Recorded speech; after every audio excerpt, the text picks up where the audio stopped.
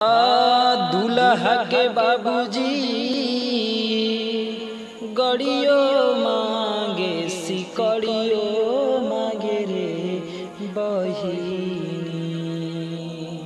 दूल्हा के बाबूजी गड़ियो मांगे सिकड़ियो मांगे रे बहिनी। सुनी सुनी दहेजो के नमवा करे जवा कपेरे बहिनी। सुनी सुनी दहेजो के नमवा करे जवा कपेरे बहिनी। लड़की के बाबूजी गइयो बेचे जमीनियों बेचे रे बहिनी।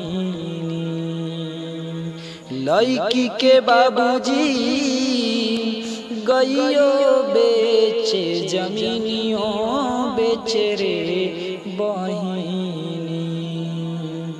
तबो नहीं दहेजवा जे पूरले करे जवा फटे रे बहिनी।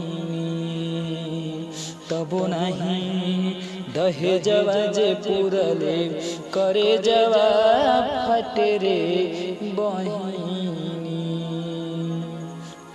दूल्हा के बाबूजी अरे बड़ा निर्मोहिया दर्दियो ना बुझे रे बहिनी। दूल्हा के बाबूजी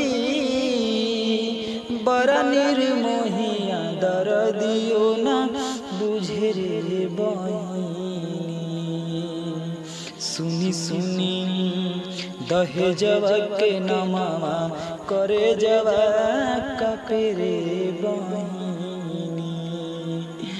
सुनी सुनी दहेजवा के नमवा करे जवा कपेरे